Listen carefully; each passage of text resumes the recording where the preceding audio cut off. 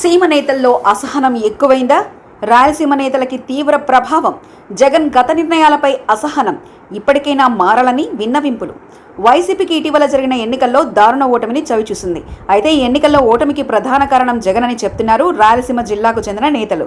రాయలసీమ జిల్లాలో పార్టీ దారుణంగా దెబ్బతినడానికి జగన్ వైఖరిని కారణమని కొందరు అంటుంటే, లేదు అసలు కారణం సీఎంఓ అధికారులేనని మరికొందరు విశ్లేషిస్తున్నారు.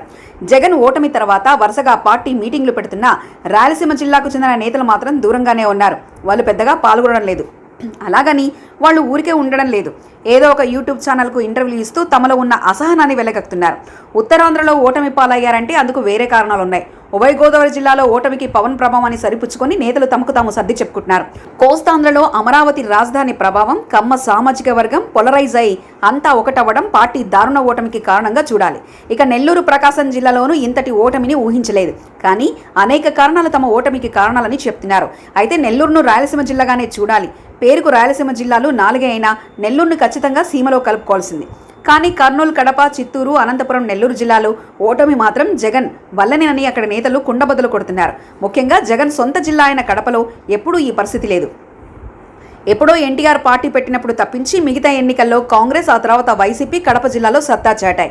2019 ఎన్నికల్లో టీడీపీకి రాయలసీమలోని 4 జిల్లాల్లో వచ్చింది కేవలం 3 స్థానాలు మాత్రమే. కానీ ఈసారి అన్ని జిల్లాల్లో ఆధిపత్యాన్ని ప్రదర్శించడానికి జగన్ వైఖరి కారణమని వారు చెప్తున్నారు.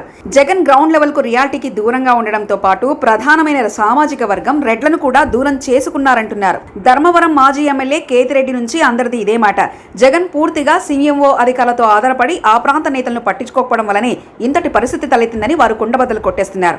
రాయలసీమ జిల్లాలో దాదాపు సిట్టింగ్లకే అవకాశం కల్పించిన 5 ఏళ్లు అసలు తమను పరిగణలోకి తీసుకోలేదని, నియోజకవర్గంలో అభివృద్ధి కోసం తాము చేసిన ప్రతిపాదనలు సీఎంఓలో ఒక అధికారి అస్సలు పట్టించుకోలేదన్నారు. దీంతో పాటు సామాజిక వర్గాల సమీకరణ అని పెత్తందారులు, పేదలంటూ ప్రధాన సామాజిక వర్గాలను దూరం చేసుకుని తమ ఓటమికి కూడా జగన్ కారణమయ్యారని వారు చెప్తుండడంతో ఇప్పుడు వైసీపీ చీఫ్ వారిని సముదాయించాల్సిన అవసరం ఏర్పడింది.